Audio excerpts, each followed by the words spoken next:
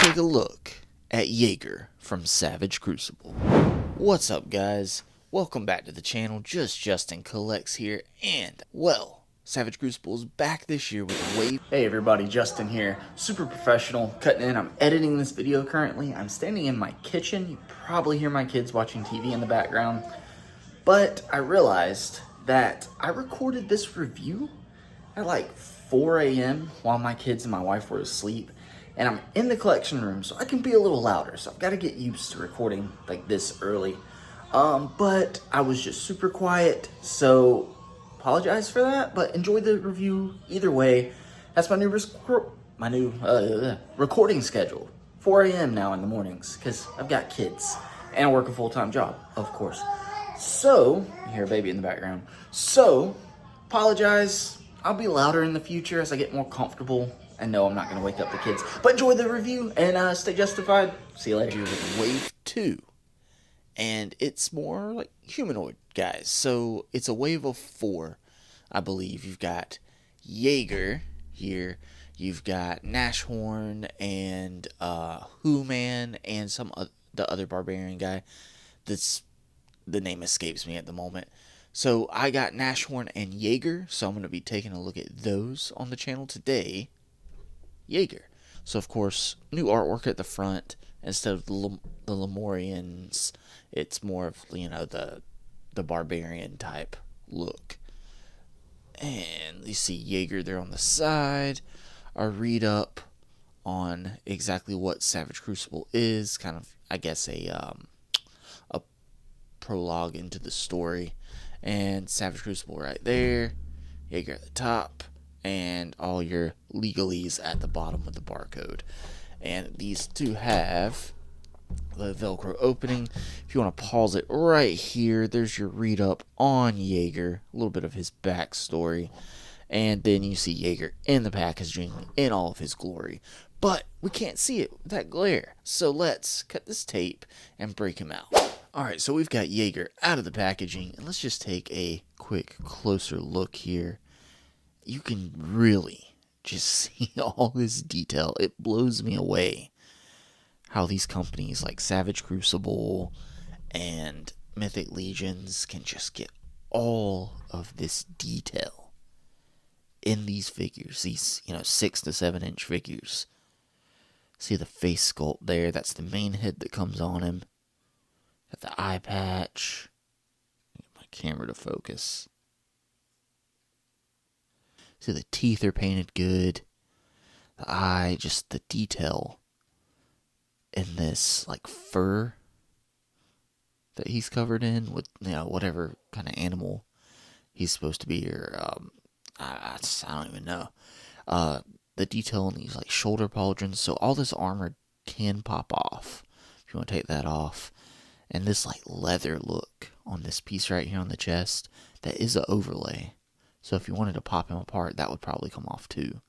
Then you've got chainmail here, and just these Man, like, there is so much going on with this guy. This skirt piece is like an overlay. You got the belt, like a kind of draped over. You've got this large pouch. It doesn't open. It's got like a bear emblem on it. And like all the detail continues to the back. You've got his scabbard right here for his sword. It's like a cool wrapped leather looking fabric to it. The gauntlets. So you've got like this red here on the gauntlet and the red here on the skirt piece. Like a burgundy. And just everything is textured. Like the cloth for the pants. Of course it's not real cloth, but it looks like cloth. And then you continue down here. You got a spot to put the dagger on his boot. And looks like they're stepping away from, no pun intended, but stepping away from the toe hinges that they had issues with Wave 1, where they had to send out those replacement feet. This guy, I'm blown away. I'm blown away. These, like, darts right here, that's on a separate piece. It's, like, pegged in. And if you take a look here, you can see, like, extra peg holes to, like, put other weapons or move any of this stuff around. And I love how Savage Crucible is doing their double joints. So it's double jointed knees right there. I'm not getting into articulation yet, but you see the double jointed knees there, how they're like inset. So I don't know. It's done really well, but we're not getting into articulation just yet. Let's take a look at the accessories. So he comes with these like horizontal hinged weapon holding hands, like C-grips, if you will, for the swords. And then he comes with a couple of, well, I meant vertical hinged. He comes with some horizontal hinged weapon holding hands right here. If I can get the other one. There we go. You got a set. And then he comes with these like gesturing hands right there. So right off the bat, I do have one gripe: the fact that he doesn't come with fisted hands. It's a bit of a nitpick, but I really want my figures to come with fisted hands. I get the horizontal and vertical hinged options for the weapon holding hands, and I appreciate the gesturing hands, but if I had one gripe so far, it would be fisted hands. So, but enough about that. Let's get into the weapons now. So he comes with a really nicely done dagger right here. Oh, look at that. Like that wash, that paint on the handle brings out all the detail. And it stores right there. It's a tight fit, so that's not falling out. Hope that doesn't rub the paint off the dagger at some point. And he does come with a crossbow as well, and the paint on this is awesome. See, like the wood texture. So like that's like really good gold paint on here. A lot of times with these action figures, usually it's the bigger companies too, gold can come off like orange, and it just doesn't look good, or like a yellow, mustardy yellow. But this is good. It's a crossbow, but there's no string. It's fine. It looks great though. It looks great. So you can have him holding that or not. See, he's a hunter character, so it makes sense. Crossbows. Nowhere on him that I can see where he can hold that, but you do get this really cool looking sword. And again, like texture detail right there. You see it's got like these rivets in it. He's been in a lot of fights. Looks really cool. And just fit that right in to the back right there. Now that is looser. Yeah, so that's going to fall out. You got to be careful of that. But I see why they did it that way, because it is a curved blade. So that's going to fall out. So be careful with that. Now next we have an extra head. This is a hooded head. And he has like a smirking expression. I really like that. And you have like a cowl down accessory, which would go on this head if he's wearing the cape, which we will get to right now. You get a cloth wired cape, cloak, whatever you want to call it. Now this wire it's fine. It's not very thick, so I don't know how well it's gonna hold over time. See, it just falls straight down.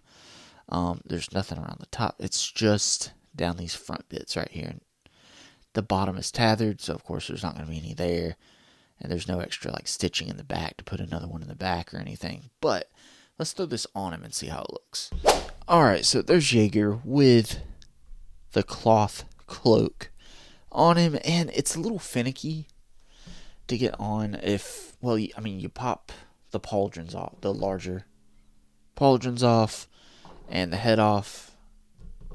Slide this down over the neck. Put this plastic piece, if you want to have this uncloaked head on him, on over it, and that kind of helps it hold its spot, and you pop the head back on. So scabbard, you'll have to take it off of the belt. Just pop that off.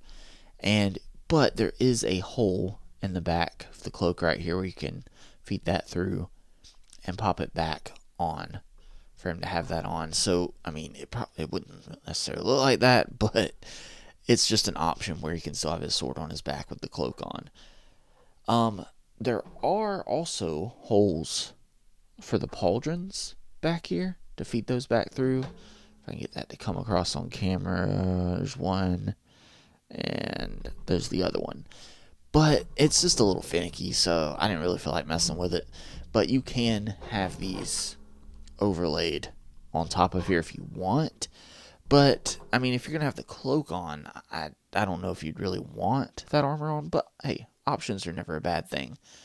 Honestly, I'm a little disappointed by the cloak.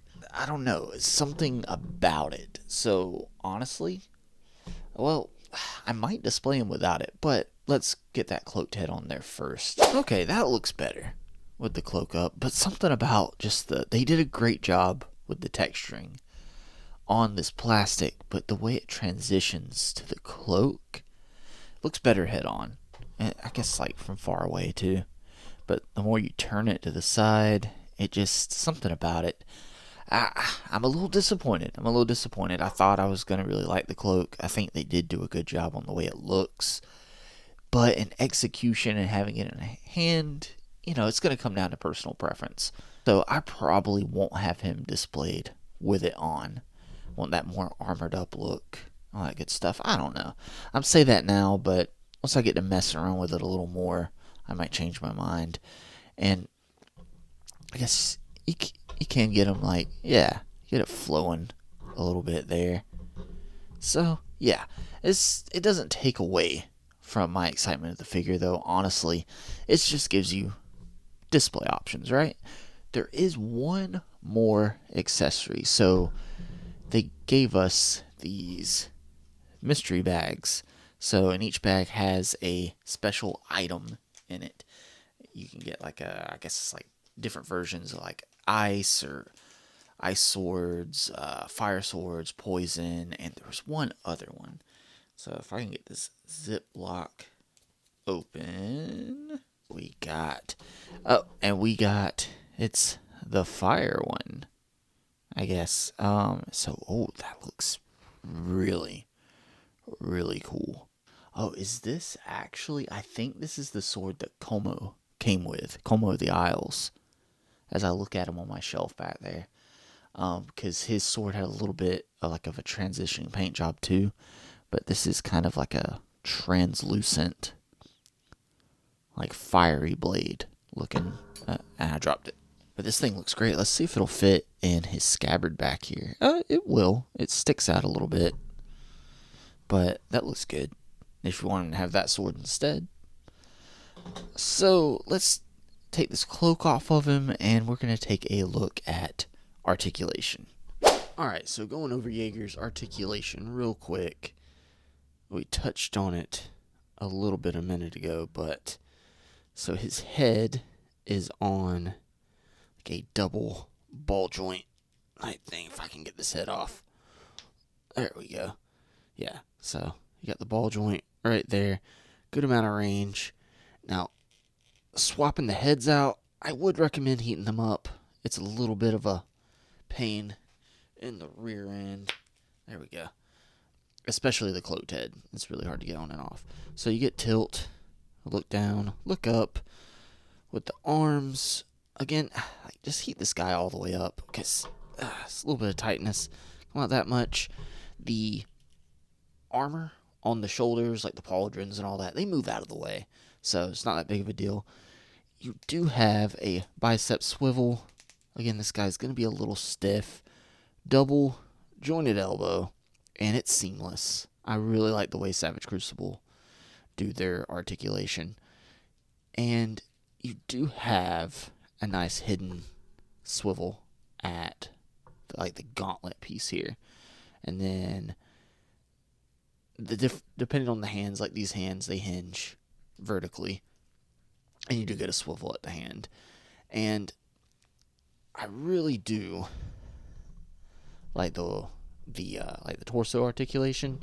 He's in armor, right? So he doesn't need to go forward that much, but that's how much you can get him forward, back. See, there's a ball joint up here and a ball joint down here. So you get full rotation as well. And it just looks really good and it looks really seamless because this overlay is covering up that top part and this overlay right here is covering up that bottom part. With the legs, it is going to be hindered by this skirt piece because it's kind of a thicker plastic. So he'll kick out about yay far. There's no thigh swivel, but you get that little bit of swivel up there at that piece. Double jointed, pinless knee right there. Again, seamless because it's kind of inset right there. And the boot, I believe, does have a swivel right there. I believe so. And then the ankle's on a rocker. And down, up, and no toe hinge. So good articulation on these guys. And for size comparison, here's Jaeger next to a Marvel Legends Deadpool. Here he is next to a Mafex Hush Batman. Here he is next to a McFarlane DC Multiverse Silver Age Superman. And here's our Jaeger next to a Mythic Legions Sir Elijah and a Savage Crucible Wave 1 Lemurian Guard, or the Royal Guard, I should say. And I'm having to hold him up because they just don't really like to stand up. I've got the updated feet without the toe hinges because these don't like to stand up at all. I've got the updated feet. I just have yet to heat this guy up and Como over there on that back shelf to replace with the new feet that supposedly let them stand up a little better. Alright, so my final thoughts on Jaeger from Savage Crucible. So far, this is the only figure I've opened from Wave 2, but I'm really impressed. I do have the one letdown that I feel like the Cloak, the soft goods Cloak, could have been better. I don't know, maybe if I mess with it a little more, I'll start to like it more. But overall, the figure's awesome. The detail, the articulation, you're always going to have nitpicks. But, man, this, I'm telling you, I think I might end up being all in on Savage Crucible as they get into more waves and more figures, more races, and all that good stuff. And they blend in so well with Mythic Legions. These figures are great. I can't wait to unbox Nashorn. That review will be up next. And guys, if you've enjoyed this video, if you enjoyed this look at Jaeger, make sure you subscribe to the channel. Stay tuned every Saturday night at 8:45 p.m. Eastern Standard Time for Collecting Justified. That is our Toy Talk podcast, talk show, whatever you want to call it, where we just get together, we talk about the recent toy news, the goings-on in the toy collecting world, and justify our collecting. Guys, hit that like button on your way out. Appreciate you. Make sure you're subscribed. Until next time, stay justified.